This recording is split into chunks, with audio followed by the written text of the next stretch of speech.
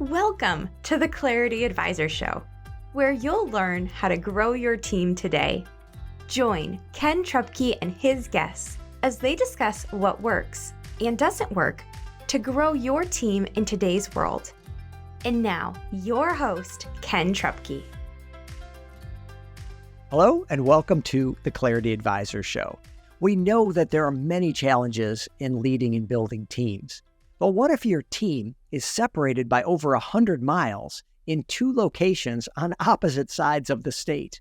Well, my guest today, Keri Kujala, is a partner in Special Occasions, a company that provides perfectly curated rental items, such as tables, chairs, and linens, that make corporate and private events unforgettable.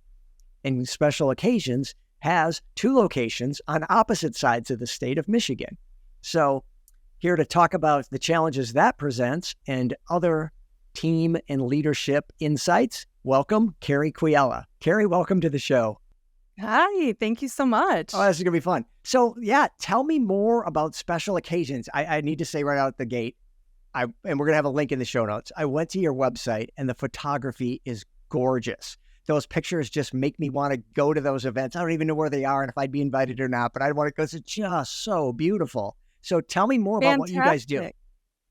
Yeah, that's the goal, is to make a memorable event. Our team, we are event rental and designers. So we basically work with three different types of people. It can be individuals, it could be planners, and also a lot of corporate clients. And so basically they'll come into us and we'll work with them to design a beautiful event. Special Occasions, we own specialty linens, chairs, tables, napkins, you name it. And we work to make sure that it's a detailed, beautifully curated event. So you have, it sounds like, some unique items. What else about Special Occasions makes you unique? We are so proud of the experience that we have at Special Occasions. Our team really is knowledgeable with events beyond just renting something. We know a lot of the questions to ask. So myself, along with my business partner, we were in events for 15 plus years prior to purchasing Special Occasions. So we know a lot of the questions and the tricks and the way to get the best bang for your buck and to make the most amount of wow experience. And so we work really hard with all of our clients to make sure that that's the case. Yeah, you were in events for a long time. So what led you into event rental? Yeah, well, like I said, I had a good 15-year run with events and loved it. Day in, day out. I think what really attracts me to events, and has always, is the different pace. And it's always a fast pace. You have to be up for just about anything. And I loved it. But I did get to that 15-year mark where I was ready for something new, and really working with events and corporate clients and other planners gave me the opportunity to work on the other side of planning the events. So it's just been a really fresh new take with events. Okay. So how did you guys actually get started? Did you have to go buy things, or like what was the process to actually open the doors on Special Occasions? And then how did you get those first clients? Sure. This was an interesting one. So the business actually was started by two separate sisters on different sides of the state of Michigan. So they were two completely different entities. And at the time, my business partner found out that one of them was getting ready to sell, and then learned that the other one was getting ready to sell as well. And so she thought, you know what, I'm ready to do this, but I need a business partner. And so that's when she approached me and we were ready to take it on. So it started off as two completely separate entities, and then we purchased them together and merged them together, which came with a lot of benefits, but also a lot of work that came with that. We were working with two completely separate teams that worked on two different platforms. They all had their own process on everyday tasks. And we were walking in as brand new owners trying to figure out, okay, how are we streamlining everything? How are we figuring this out? The shops themselves are about 2 hours away. So really understanding, how are we going to make this work? And how are we merging these teams along with all of the inventory? So two sisters had similar businesses, but in two different cities. And you and your Right. partner bought out each of them and then merged it. Did I get that right? That's right. That's right. And it came with a whole set of lovely, interesting stories and scenarios because one sister would call um, one shade raspberry and the other one would call the shade fuchsia. And so we were working, 2 hours away to compare all of these colors to like bring these colors together and say, are these the same thing? Are these different things? And so coming up with a complete database system of all of our inventory. So we worked with, we did some hunting for an inventory system that could accommodate our 2 locations, but then understanding, are these the same things?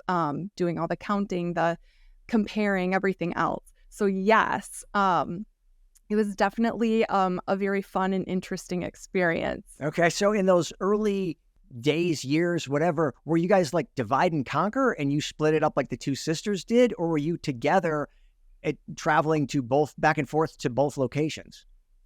So early on, we had a couple advisors really work with us, and they said the most important part, if you are going to be business partners in this, is that you understand and you develop your roles. You need to know who's in charge of which part. So understand your lanes and stick to your lanes. That's going to be the most important part. So my business partner and I, we developed that. We came up with exactly who was in charge of what, and we treated both of them together. So I knew which parts she would take care of, and she knew which parts I would. And it didn't matter on which location.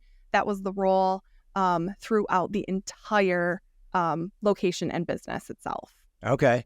And so which is what, how did you divide? What's your role and what's her role? Yeah. And has that changed? Yeah. No, not really. We really have stuck to, and it really works for us. So my role is more of the inventory.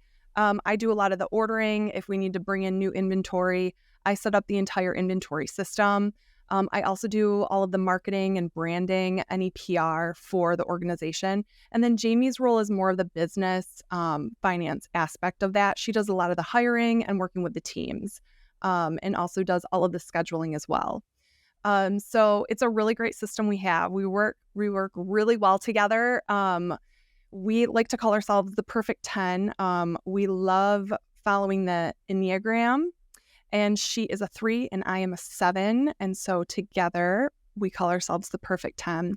And we can really level each other out as far as making decisions.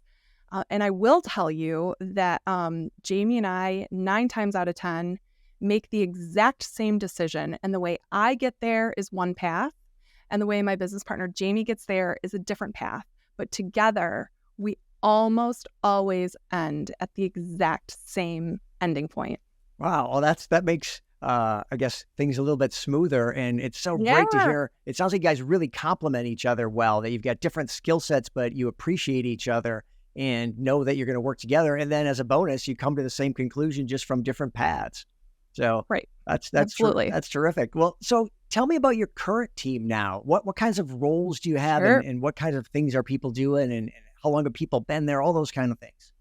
Yeah, currently we have 23 employees. 15 of those are full-time and then 8 are part-time. That can range anywhere from we have front desk associates, and then we also have designers. We have people who work in our laundry room. So being that we do rentals, we actually do all of the cleaning, the pressing, the spot treating right on site at both of our locations. So that means we have a lot of hands on deck when we're doing a lot of these big events. We also have staff that will do deliveries and setups. And late night pickups as well. So we are all trained in different areas. However, we are very much so cross-trained to help each other out and to jump in when events can flux. And that's the interesting part about events as well. We like to try to forecast what's going on, but it is hard for us to forecast if our huge corporate event XYZ, company XYZ is going to have their event this year. We hope that they'll have it next year, but we're not in charge of all of that. So we do have to be really flexible in everything that we're doing, and making sure that we're making really smart hiring decisions. So we have a lot of different roles, but again, like to be cross-trained. And being in a group, a business with 23 individuals, it does put us at that cusp of, we're a small business, but we are doing a lot of high-end events, and we are super busy. So it's this small business feel, but it does have a large business feel to it as well. Yeah, it sounds like. And now, geographically, how far apart are the two locations? They're about 2.5 hours. Okay, so you don't have, or maybe you do. Do your teammates, are they, do they work at both locations, or are they pretty much segregated? This is the one team and this is the other team? They're generally assigned to a location. However, on some of our busier weekends, there could be a time where we will swap, or we'll say, meet us halfway. We really do service the entire state of Michigan. So we're servicing events in between and beyond. So oftentimes it doesn't matter which location you're assigned to, you just head out to where the event is at. So it really gives us the opportunity to work with all of our staff members at all different times, and they all get the opportunity to work together. It's good. Oh, that's really nice. So, well, with the two locations, like what other challenges as a leader does that present to you to have those teams that does sound like they come together sometimes, but they're also somewhat separate? And what do you have to do to keep that train on the tracks? There's definitely, when we started, a culture shift that we needed to make. And I won't even say a culture shift, but there were two different cultures like you're going to have in any corporation. So when we came on, everyone had their process down and set, and we really needed to come in and say, okay, let's learn, let's understand, let's take what works from one location and let's try it in the other location. We have all the same machines and equipment. We have all the same tasks. We have all the same products. Let's see what works best. And it really did give us the opportunity to look at how both of the businesses were running and then to pick those best processes and really understand, what are we going to do with those? And so we come up with a list, like, how does it work? There's a lot of room for error when it comes to rental. Sometimes my business partner, Jamie, and I say, we could have done something easy like retail where it's out the door, but it's like retail on steroids because it goes out the door and then it needs to come back, it needs to be washed, and then it needs to go out the door to the next person.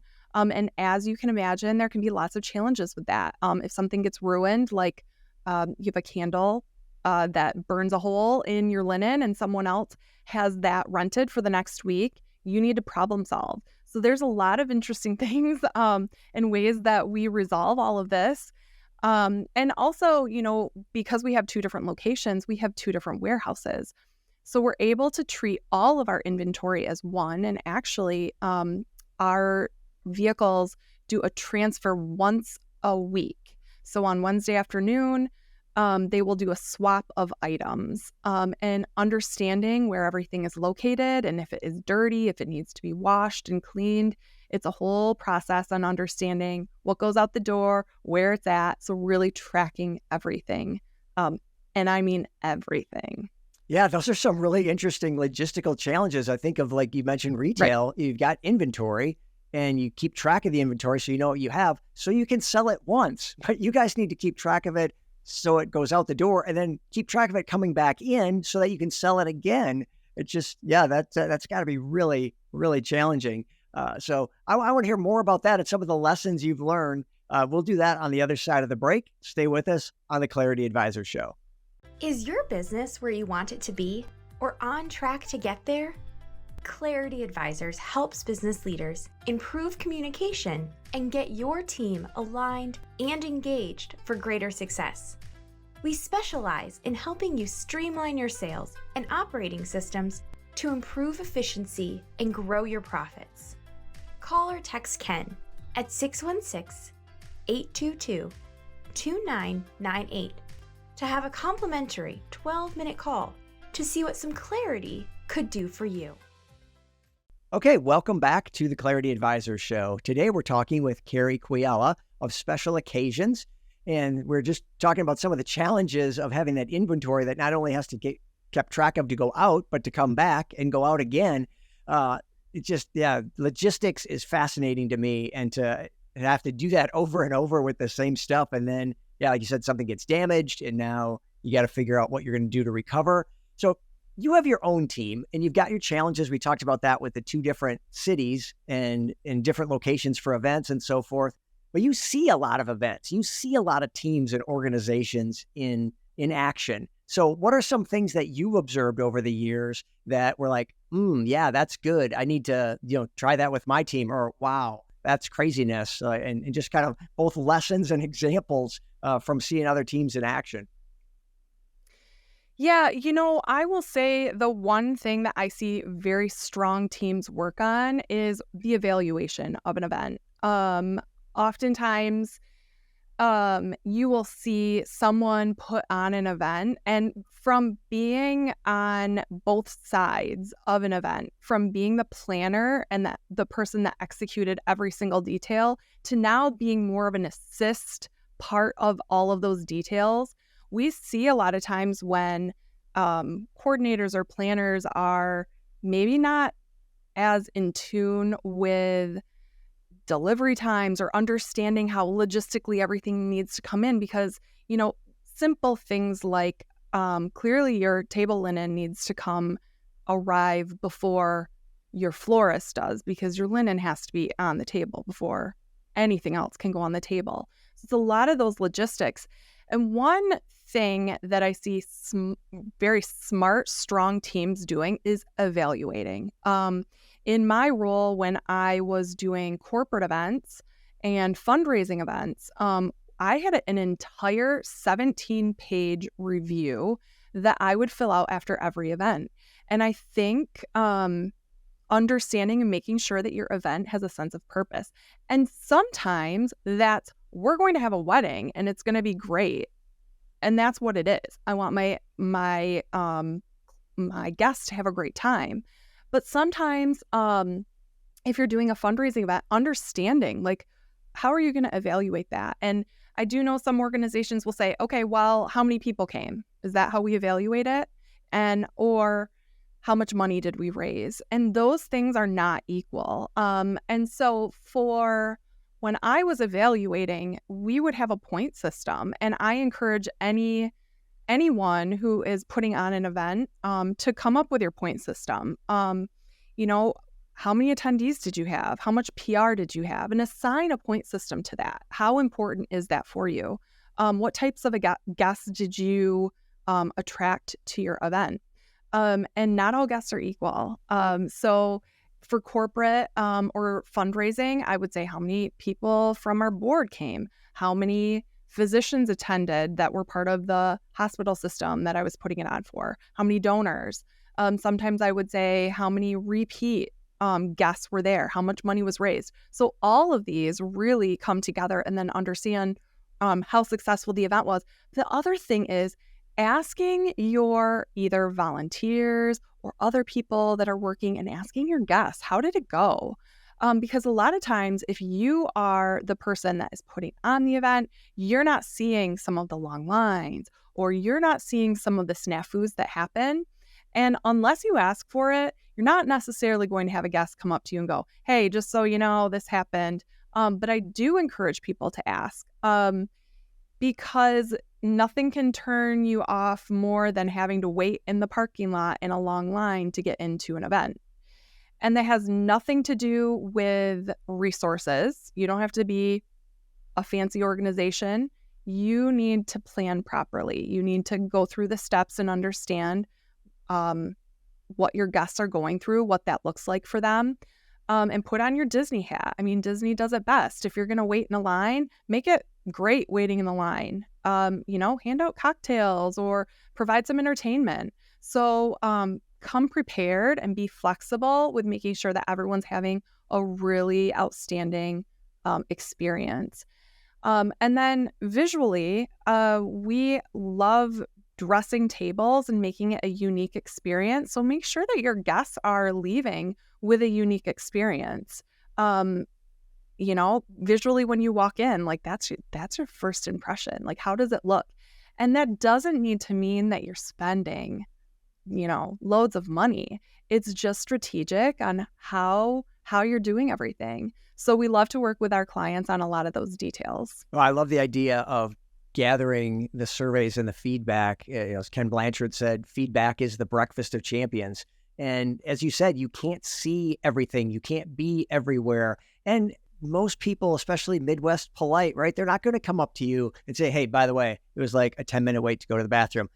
Nobody's going to do that to you, but you want to know those things. And so if you give them that survey and you can collect that information, I think that's just such good advice for so many aspects of business. You can do that even after meetings. Like, how did we think that went? How do we get better? You can't improve if you don't know what's not working. And since we're not going to be able to see and know everything, you got to ask.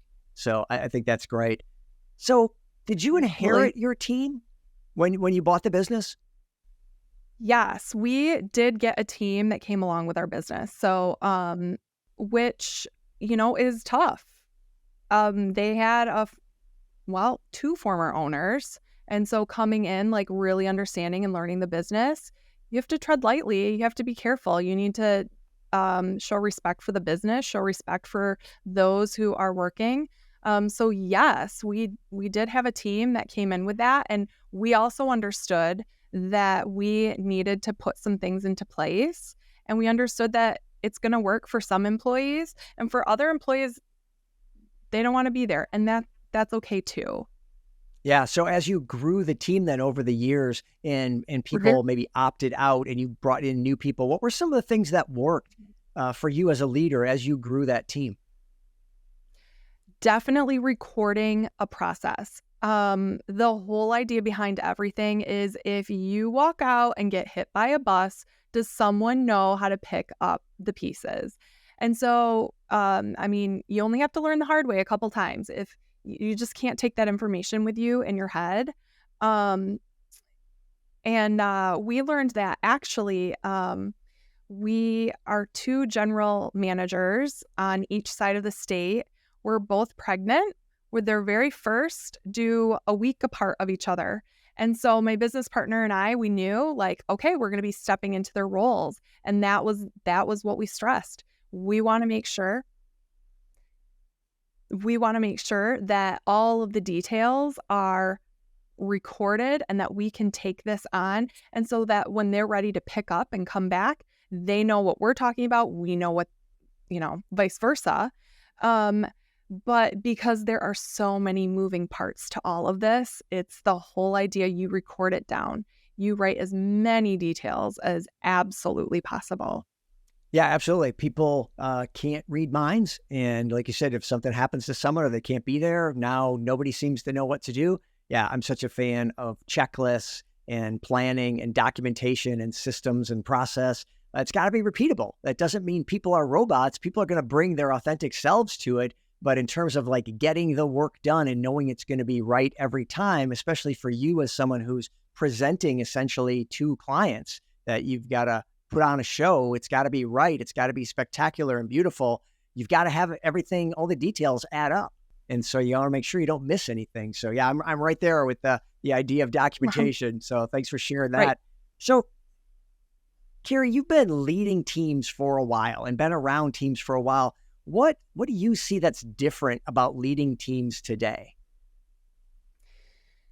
Really understanding what your teams want, what motivates them, what excites them. I did mention we do the Enneagram. So we all really understand what number we fall under, and how we can best communicate together. And that's helpful for our entire team to understand, like, when a message is sent through, how would the other person interpret that, or how do we work together? And so that's one way that our team really stays strong in understanding communication style.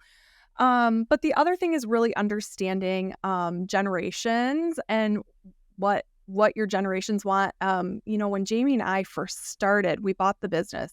We had a more mature generation, and we would offer late night pickups, which is basically when our team would go out at the very end of the night, midnight, 11:30, whatever that looks like at the end of the party, and pack up everything. So that could be 200 chairs or linens, or they tear it all out and bring it back. And in the past, the team would fight over that with seniority. So seniority was given that opportunity. And That was the way that it was decided who worked all these late nights. Well, recently, I mean, I guess I'll say after COVID, when everyone was really struggling to find associates, we finally have a really great team, but many of those team members are part of the Gen Z generation. And what we've found is that we would offer these opportunities to work these late nights, which is great money, by the way. I mean, when you do a late night pickup, we want to make sure, I mean, it's inconvenient and it's in the middle of your night. So we make sure that we pay well. But we're finding that this group was not keen on those late nights. And so one conversation that we have been having just recently is really understanding what this group wants and asking questions, would more money tempt them? And what we're learning that with this group, more money is not tempting to them. Their time is really valuable. And so we have started exploring an option where we offer them possibly point systems. So if you do work a late night, then you're given points to possibly use as an hour of personal time in an upcoming week. And that piqued the interest of our staff. So we're kind of working through on how we really make this a job that our employees are excited and want to be at for the late night portion. So we want to make sure we pique their interest with that. That's so good. I appreciate those thoughts. The generational differences, obviously, they don't hold for every single person. Everybody's still a unique individual. But as a generalization, there are things as leaders we've got to be aware of. We can't assume everything is like it's always been, because it's just not. And if we don't dial ourselves into what are the people in front of us asking for and what's important to them, we're going to miss it. So I appreciate you bringing that up. Keri, this has been so good. You're so clearly a leader who cares about your team, cares about your business. I think the business is so interesting just in and of itself. It's something that I don't really think about, but now I'm going to, every event I go to now, I'm going to be looking at the tables and the chairs and the linens and thinking like, oh, it's like this or that. So who should reach out to you, and what would be the best way for them to do that? Absolutely. Anyone that's interested in putting an event together, we're happy to help design with any rentals, or of course, if anyone has questions or needs some advice, they can reach out, and you can reach out directly to me. I know that you'll have some of that contact info, but just my email, Keri@specialoccasionsmi.com. The best way to reach me, and happy to be a resource. That's terrific. Thank you so much. And that brings us to the end of the Clarity Advisor Show. Thank you so much for joining us. And if you would be so kind as to leave a review on the platform you are watching or listening right now, that would be great. 5 stars would be even better. And we'll see you next time on the Clarity Advisor Show. Thanks for joining us. Thank you. Thanks for listening to the Clarity Advisor Show. Clarity Advisors is a speaking, training, and consulting firm specializing in helping you simplify your sales and operating systems to improve efficiency and grow your profits. Connect with Clarity Advisors today to learn more about how they can help you improve communication and get your team aligned and engaged for greater success.